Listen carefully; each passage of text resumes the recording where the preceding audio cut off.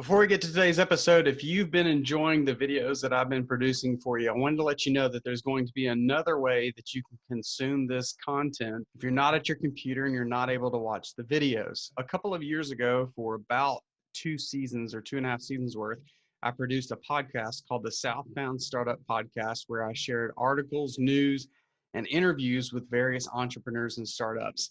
I'm going to be relaunching that on June 1st, and I'll provide the link down in the description below for you to check it out if you'd rather consume this via podcast. So on Monday, I shared with you the various startup verticals that exist, things like fintech, insurtech, health tech, nanotech, right? Really cool, amazing sectors where startups are solving a lot of the world's problems. And I promised you that today I would share with you some startups within those startup verticals so that you could get a sense of what those companies are like and what they do. What I would encourage you to do is, as I share each one, I'm going to provide you the link to their business or their website. Go check them out. Study what they do, how they talk about their business, how they market their business, those type of things, particularly if you're in that sector. So if you're in the nanotech sector, like Anna Douglas of Sky Nanotechnologies, check out what she's doing, what she talks about, what words she uses, how she markets the idea, those types of things. And if you're in that sector, you can use that to your advantage. So let's get right to some of those startup verticals and some of the really cool startups in those spaces. So first, I want to talk to you about the fintech space, which again is the one that I know the most closely. And I'm going to share with you a startup called Smart RIA. In the investment advisory business, you can work for a firm like a New York Life, which is who my financial advisor works for, or Northwestern Mutual, or any other number of firms out there. But you can also be an independent advisor that has your own business.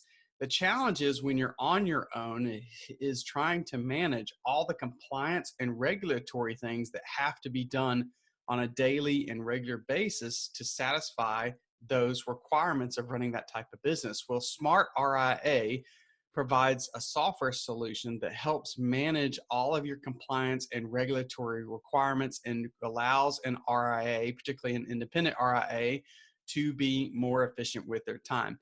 The company is ran by CEO Mac Barton. Mac was on the podcast a couple of years ago when it was running, and they are headquartered here in my hometown, and they've been doing some really great things. They've been growing quite a bit over the last couple of years. So I'd encourage you to go check them out. In the insurtech space, I want to share with you a startup I found by doing my research for this video, and it's a company called Gusto. And what Gusto does, among other things, is they provide health insurance to small business owners. So if you're a small business owner, you know that the larger companies tend to be able to take advantage of better pricing for healthcare for themselves and their employees.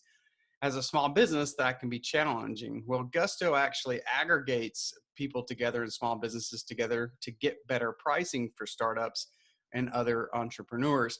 And so I would encourage you to check them out. Not only do they do healthcare, but they also do payroll and things like that. And because they do payroll, one of their channels that they market their services through, including their healthcare, is by partnering with accountants. So if you're an accountant, you can become a partner of Gusto and get a referral commission for people that you bring over. One of the most interesting things I found about Gusto was on Crunchbase, which is a website I use to research various startups, is that Gusto is huge, right? So if a unicorn is a $1 billion valued startup, Gusto, as of, I believe of June of 2019, was valued at roughly $10 billion.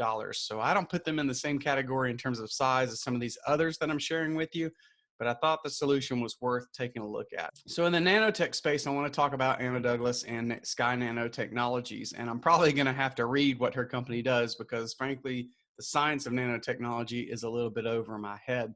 I think the reason I'm sharing Sky Nano with you is because I just got done processing her podcast interview for the upcoming series, and also just because they're doing great things. Anna and her company is part of the Innovation Crossroads Accelerator out of the Oak Ridge National Laboratory.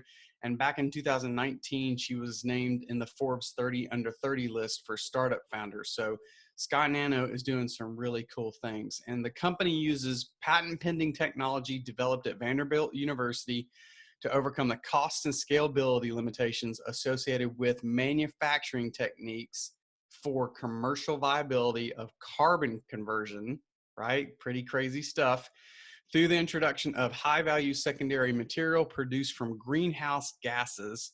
The technique relies on electrochemistry rather than catalysts and results in a high efficient process to convert as, atmospheric carbon dioxide into useful functional nanoparticles. So I couldn't even read that and figure out how to do it, let alone figure out the business model. So props to folks like Anna and others that are in the science space that are running startups in those categories. So I shared with you the health tech company Gusto. I shared with you fintech company Smart RIA. We just talked about a nanotech company, which is Sky Nanotechnologies. I want to share with you a real tech company, so real estate firm, and that company is Hello Home. Jessica Bluffington was also on the podcast in its first edition. And Hello Home, they are solving the home selling process. They are sort of, you could group them in this category of flat fee real estate companies. So they charge a flat fee to help you sell your home. But unlike other or some discount realtor services, Hello Home provides a lot of technology to support you in that process. They virtually provide you every single thing that you could use as part of selling your home. They even include a handy dandy dashboard to help you manage the process, so you're not just, you know, kind of doing it on your own as some of these other virtual services will provide for you.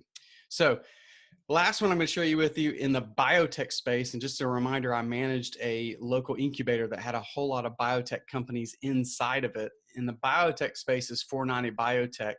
I got to work closely with them when I was managing that incubator because 490 Biotech is headquartered in the Fairview Technology Center. What I love about them is not necessarily their solution, but the fact that they get to say that their startup has been involved with SpaceX and the International Space Station. So not too long ago, 490 Biotech sent up as part of one of the SpaceX launches delivering supplies to the International Space Station. They sent up some of their research materials, and the astronauts on the International Space Station were testing their solution up in space and testing how space impacts their solution.